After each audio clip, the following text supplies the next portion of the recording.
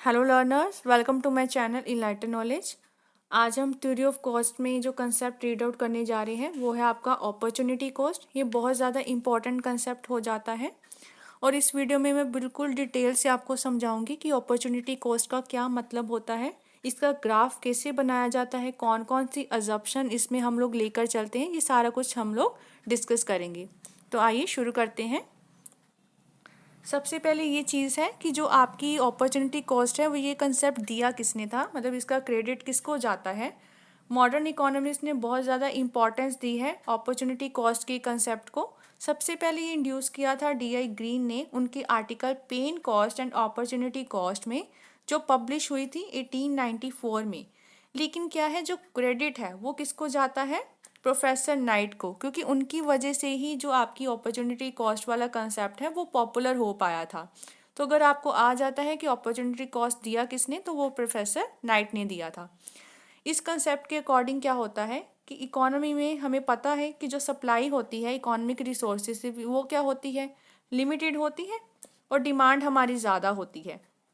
उनको देखते हुए हम क्या करते हैं, जब रिसोर्सेज का यूज़ करवाते हैं, किसी रिसोर्स को आप लोग यूज़ करवा रहे हो एक कॉमोडिटी को क्या है प्रोड्यूस करवाने के लिए, तो किसी कॉमोडिटी को प्रोडक्शन करवाने के लिए आप जिसका यूज़ नहीं करवा रहे हो, हमारे पास तो बहुत सारे अल्टरनेटिव्स हैं प्रोडक्शन करवाने के लिए कॉमोडिटी को।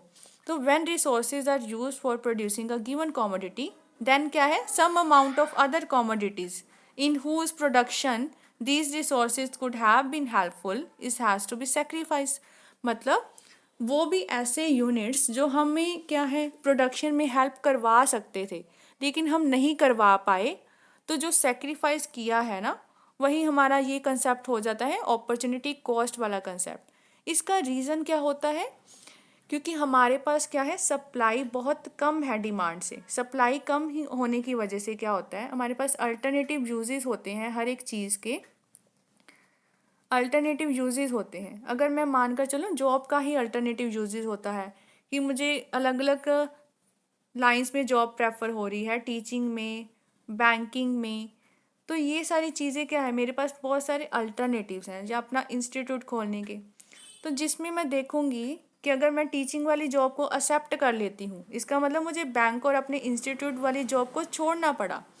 तो अपॉर्चुनिटी कॉस्ट ऑफ टीचिंग क्या आ जाएगी, that will be equal to कि कितनी इनकम मुझे बैंक से मिल पा रही थी या कितनी इनकम मैं अपने इंस्टीट्यूट से कवर अप करवा पा रही थी। मतलब कितना मैंने सेक्रीफाइस करवाया है अपनी एक टीचिंग वाली जॉब लेने के लिए। तो सेक्रीफाइस को ही इसमें देखा जाता है, उसे ही हम लोग अपॉर्चुनिटी कॉस्ट का नाम देते हैं। आगे और भी पढ़ लेते हैं। एग्जाम्पल दी गई है, सपोज करो एक फार्मर अपने जो फार्म है, ये उसका फार्म है, उस पर वीट भी उगा सकता है, ग्राम भी उगा सकता है, लेकिन वो सोचता है कि मैं अपने 1 हेक्टेयर लैंड पे सिर्फ और सिर्फ किसको ग्रो करवाऊंगा, वीट को ही ग्रो करवाऊंगा। तो क्या होता है, वीट को ग्रो करवाने के लिए उसको छोड़ना किसको पड़ा, ग्रेन्स को छोड़ना पड़ा है। तो if the price of quantity of gram, अगर क्या है ग्राम की जो क्वांटिटी है उसका प्राइस कितना है, 1000 रुपीज़ था, मतलब उसको अगर बेच देता है उससे उसको 1000 रुपये मिल पा रहे थे, तो अपॉर्चुनिटी कॉस्ट क्या निकली है, 1000 रुपये निकली। लेकिन किसकी निकली है, वीट ग्रो करवाने के लिए। मतलब अपॉर्चुनिटी कॉस्ट वीट की किसकी इक्वल हो जाएगी, 1000 रुपीज़, क्योंकि ये 1000 रुपीज़ उसको सेक्रीफाइस करवाने पड़े हैं वीट को लेने के लिए। जो चीज़ें हम लोग छोड़ देते हैं ना, वही हमारी अपॉर्चुनिटी कॉस्ट आती है। Thus the price of gram which the farmer has to forgo, ऐसा प्राइस जो फार्मर को क्या करना पड़ा है, सेक्रीफाइस करवाना है वीट की प्रोडक्शन करने के लिए, उसको हम लोग क्या कहेंगे, अपॉर्चुनिटी कॉस्ट ऑफ वीट। मतलब अपॉर्चुनिटी कॉस्ट ऑफ वीट किसके इक्वल निकली है, 1000 रुपये के इक्वल, जो उसको सेक्रीफाइस करवाने पड़े हैं। Suppose a special type of skilled labour, एक बहुत ही स्किल्ड लेबर है, उसको या तो हम क्या है वॉशिंग मशीन प्रोडक्शन में लगा सकते हैं या रेफ्रिजरेटर में लगा सकते हैं। अगर मैं उससे स्किल्ड लेबर को वॉशिंग मशीन की प्रोडक्शन में लगा देती हूँ, मतलब मुझे रेफ्रिजरेटर्स की प्रोडक्शन से जो इनकम मिलनी थी, मनी मिलनी थी, कुछ भी है, वो फोरगो करना पड़ेगा। तो ये इस वजह से ये कंसेप्ट होता है कि जो लेबर कॉस्ट हम लोग लगा रहे हैं वॉशिंग मशीन को प्रोड्यूस करवाने के लिए, वो किसके इक्वल हो जाएगी, वैल्यू ऑफ द रेफ्रिजरेटर के इक्वल हो जाएगी। मतलब जो सेक्रीफाइस करवा रहे हो वो सारा कुछ क्या है, इक्विवेलेंट हो जाएगा मशीन और रेफ्रिजरेटर्स का।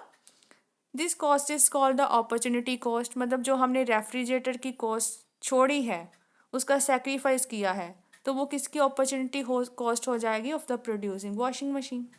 वही पहले वाला कंसेप्ट ही, जो अपॉर्चुनिटी कॉस्ट वेट किसका था, इक्वल टू 1000, जो ग्राम को हमने छोड़ा था, वैसे ही यहाँ पर अपॉर्चुनिटी कॉस्ट वॉशिंग मशीन की क्या हो जाएगी, जितना आप क्या है प्राइस छोड़ रहे हो रेफ्रिजरेटर्स का। ये सेक्रीफाइस की बात की गई है। नेक्स्ट अब इसका हम लोग ग्राफ अजम्पशन समझ लेते हैं। ग्राफ बनाने से पहले आपको अजम्पशन पता होनी चाहिए। इन अ गिवन टाइम पीरियड, पहली अजम्पशन क्या है, एक गिवन टाइम पीरियड में जो आप टोटल क्वांटिटी लोगे फैक्टर्स ऑफ प्रोडक्शन की, वो फिक्स रखोगे इकोनॉमी में। सेकंड, कि दो गुड्स को ही आपने लेकर चलना है, एक्स एंड वाई, जो कि आप लोग प्रोड्यूस करवाओगे इकोनॉमी में। There is perfect competition and full employment in the economy. ये आपकी थर्ड अजम्पशन है कि परफेक्ट कॉम्पिटिशन प्रिवेल करेगा और फुल एम्प्लॉयमेंट होगी आपकी इकोनॉमी में। नेक्स्ट अब इसका ग्राफ बना लेते हैं। यहाँ पर हमें क्या लेना है, नीचे एक्स कॉमोडिटी, ऊपर हमारी है Y commodity.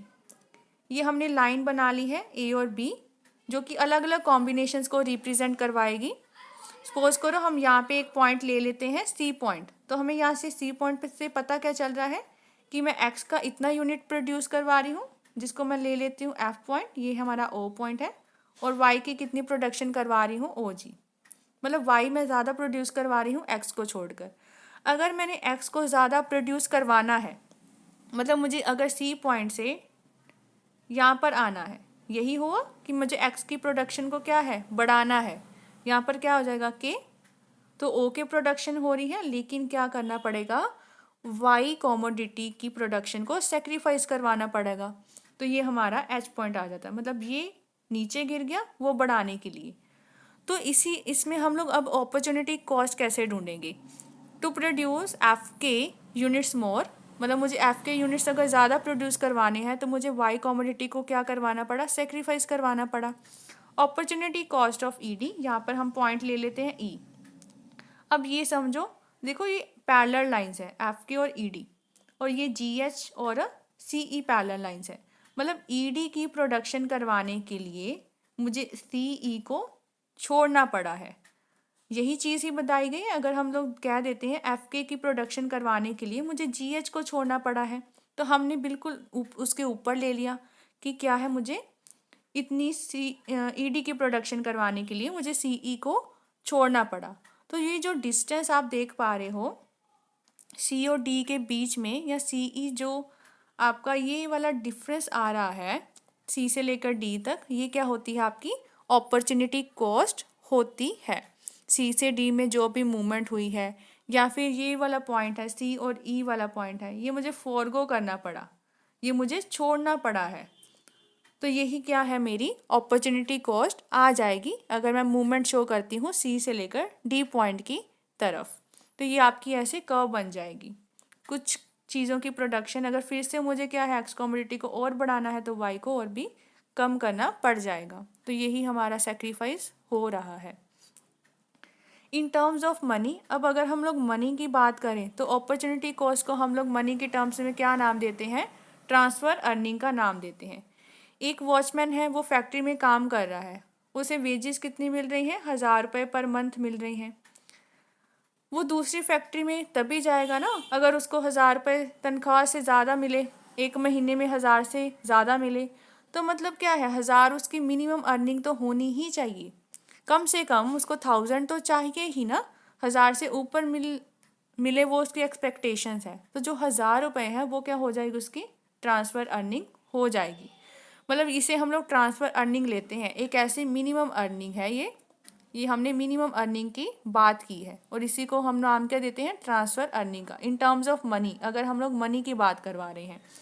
In short opportunity cost क्या होता है, income that a factor of production gets, ऐसी इनकम जो एक फैक्टर ऑफ प्रोडक्शन को मिलती है उसका बेस्ट अल्टरनेटिव यूज़ करवा के। देखो मुझे भी तो पता है कि कौन सी, अगर मैं सैलरी की बात करती हूँ, फॉर एग्ज़ाम्पल बैंक की जॉब में मुझे 30,000 मिले, एक टीचिंग जॉब में मुझे 20,000 मिल रहा है, कहीं और आप प्रेफरेंस देते हो मुझे 10,000 मिले, मुझे भी तो पता है कि बैंक की जॉब में मुझे ज़्यादा पैसे मिलेंगे, तो मतलब 30,000 मैं लेना चाहूँगी, बैंक वाली जॉब लेना चाहूँगी, लेकिन उसकी वजह से मुझे दो चीज़ों का सेक्रीफाइस करवाना पड़ा है।